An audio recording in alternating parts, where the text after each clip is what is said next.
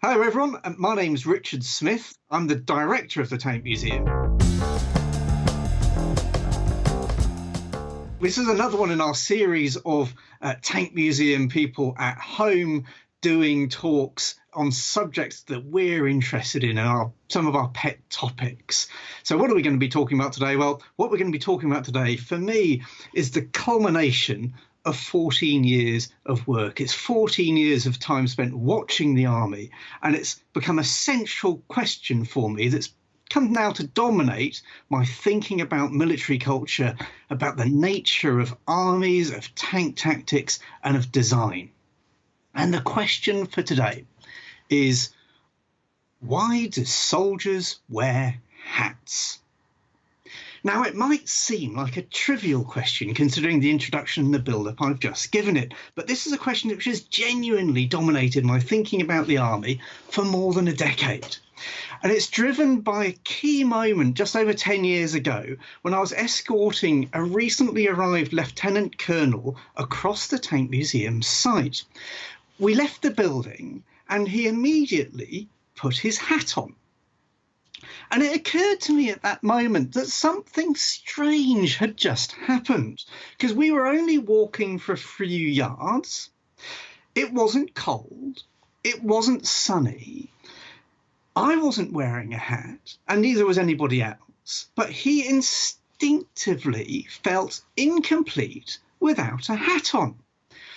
And I began to think about the sort of stuff that the British Army are willing to put on their heads, and realise that something here is really odd. That while some hats are designed to keep your head warm or to stop it from being blown off, when you look at this mix of flat hats, feathery hats, furry hats, pointy hats, they're all worn with a straight face, no matter how absurd the hat is. And they think that this is normal. And it's at that point that I realised that the British Army is one of the last great remnants of hat-wearing culture. Because if you go back 100 years to the 1920s, pretty much everybody wears a hat. And the hat tells you two things about them. Firstly, it tells you what their job was. And so you would have, for instance, a bowler for a city gent. You would have a boater for a butcher. So think Dad's Army, if you want to get that idea of what this kind of 1920s, 1930s, what the hat tells you. But the army is still in that world. They're still in that world where the hat tells you the job and the kind of person. The only other place I can think of that has quite that same approach to hats is Texas. And Texas, they wear silly hats. They don't expect anyone to laugh at them. But in Texas, of course, they carry guns. So always be nice to people from Texas. That's an important life lesson for any young people listening today. Actually, think about it. There's probably a link between Texans and the British Army, but that's a topic for another day. Anyway, hats. So the theory I began to devise at this point, I've now begun to refer to as hat theory. And the essence, the central part of hat theory is that the reason soldiers wear hats is to make them brave. Now, bravery is very odd too. And I'm going to elaborate in a bit. And what we're going to look at today is a little bit about bravery, a little bit about the British, and a bit then of a conclusion about what it means for soldiers to wear hats. So firstly, let's think about bravery. Now, I've spent the last 14 years watching soldiers, and I've spent most of the previous 30-odd years reading about them. I've come to admire them enormously and almost without reservation. And the reason I hold them in such high regard is that they live in a world where they expect to have the need to sacrifice their own lives for a greater cause. And I think if I was going to pick out a single defining feature of soldiers around the world, it's bravery, courage. And I believe that bravery is the most difficult thing in the world. Behaving bravely is the most challenging, the most stretching thing that a human being can do. So fear and instinct, you see, are entirely logical and entirely practical. If there's a chap over there with a machine gun, I'm going to firmly, rapidly and enthusiastically follow the government advice to run, hide and tell, and I will be running that way. Soldiers around the world will head towards the guy with the machine gun, and this is astonishing behaviour, and it's even more astonishing when you consider that armies need to make hundreds or thousands of people brave simultaneously, and it makes armies distinct even from the other parts of the armed forces. If you look at navies, if the captain says we're going to turn left, everybody is going to turn left. If the Air Force will routinely tend to send their officers off to fight, most people in the Air Force stay on the ground, but soldiers have to make hundreds or thousands of people go towards the guy with the machine gun. And I see this not primarily as a training achievement. You know, training is about skills. This is a cultural achievement to persuade someone that the best thing they can do is to head towards danger is an issue of values, not merely an issue about skills. And it means that every nation that wants to have an army has to persuade thousands and thousands of people that there's something worse than death. And what we see is that every country achieves that differently. Now, these are the thoughts today of cultural practices which are highly complex. And it's worth stressing here, I'm a historian, I'm not an anthropologist.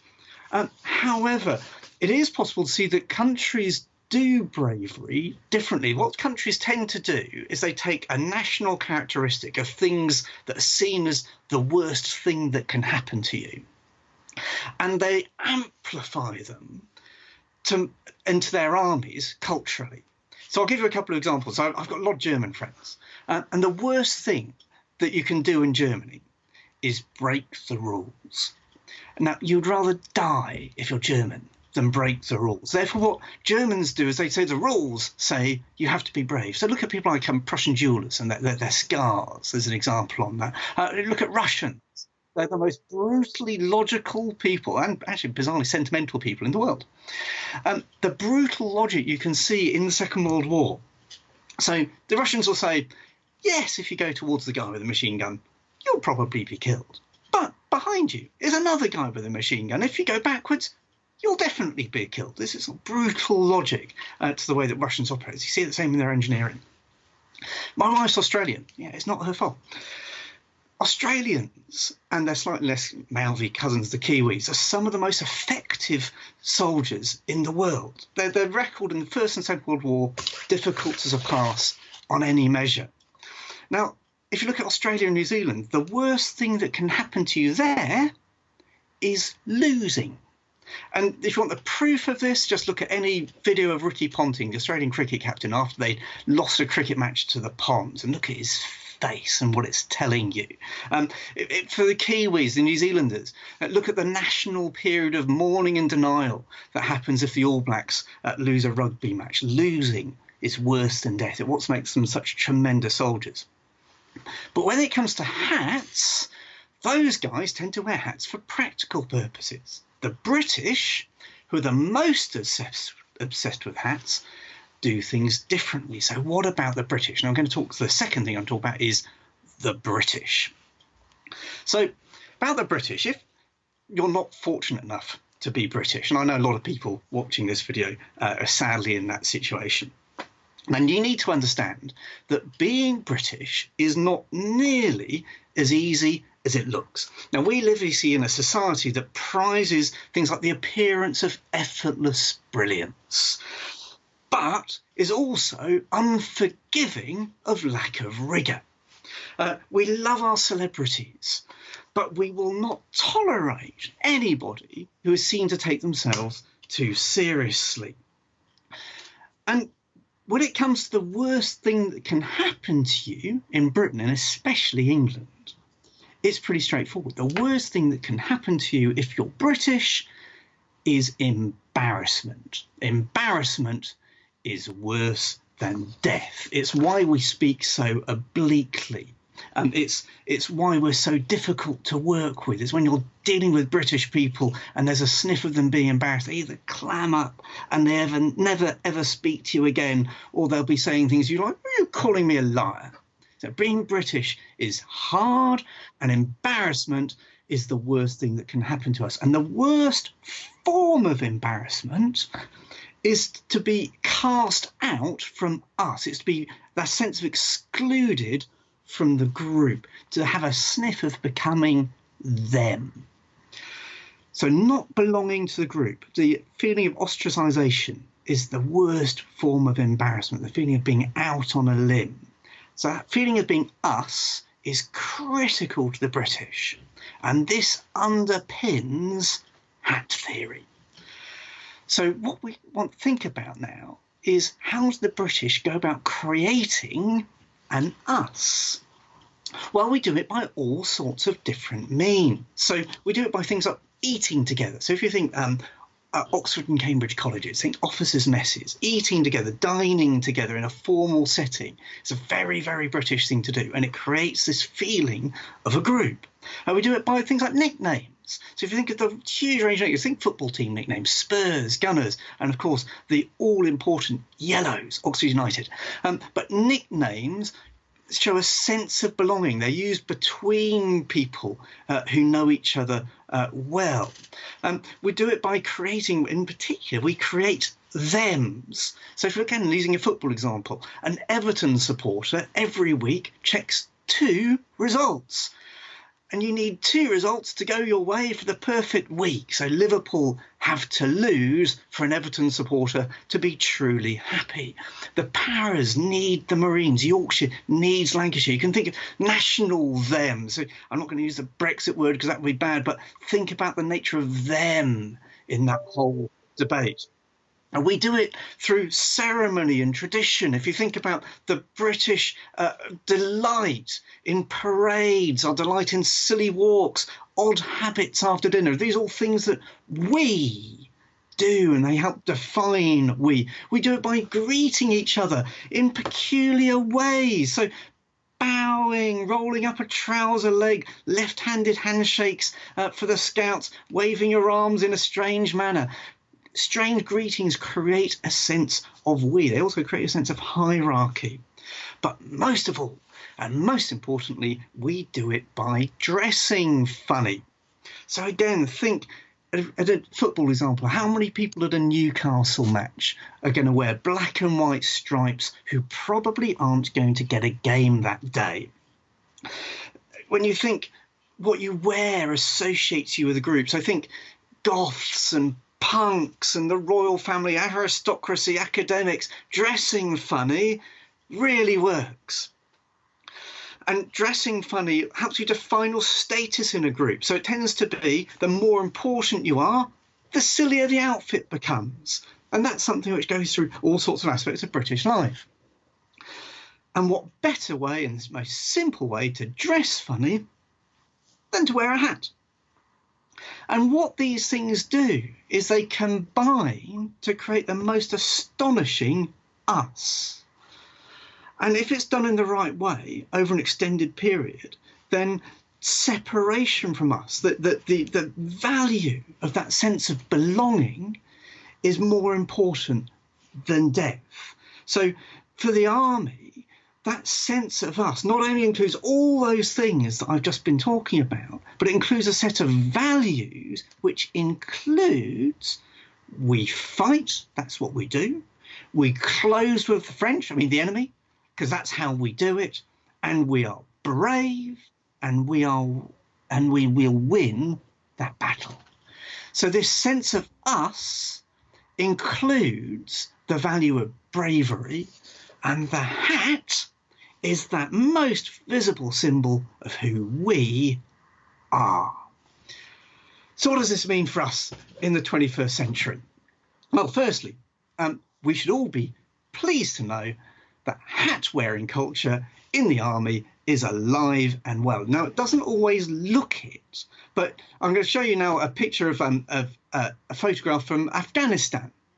Now, in the Afghanistan photos, these are all very typical, there are thousands of these things out there. One of the most interesting things to do is look out for the hats. Now, initially, it makes it look like British hat-wearing culture has died out, because what you see on the Afghanistan photos is hats only come up in 3 areas. They come up to keep people's heads warm, to stop those heads from being blown off, or hats are worn when important visitors are present. And the rest of the time, all the photos show that the guys were not wearing hats. But if you look at these photos carefully, then you can see something that's really important, because it's not that some wear hats and some don't wear hats, is that they are equally uniform in not wearing hats as people in the UK in the army would be in wearing those hats. Hats are just as important in these photos in Afghanistan by their absence as they are by their presence in photos of British soldiers in other contexts. And what they're saying with the hats here is, we don't need to wear hats, we're proper soldiers. And the message through hats in a culture obsessed by hats remains just as strong as ever. It tells you not only what they do, but the kind of people that they are. And the last conclusion for today is that we should be hugely grateful that our soldiers are still wearing hats, because it means they are still operating in that culture where bravery is valued. And we need to have people who are prepared to be brave, who are prepared to sacrifice themselves for the well-being and safety of others, who are prepared to put their lives on the line to restore peace. Bravery is outrageously hard. And what is asked of our soldiers is asked of few other people in society. So we should be glad, relieved, and thankful that they can keep their hats on. Thank you very much. Here at the Tank Museum, we are trying to produce a wider range of online content while the museum is closed because of coronavirus. Over this period, it would be wonderful if you could support us through any means that you can, in particular through Patreon, through joining our friends, or through buying things like Tank Museum slippers in our online shop. Thank you very much for your support.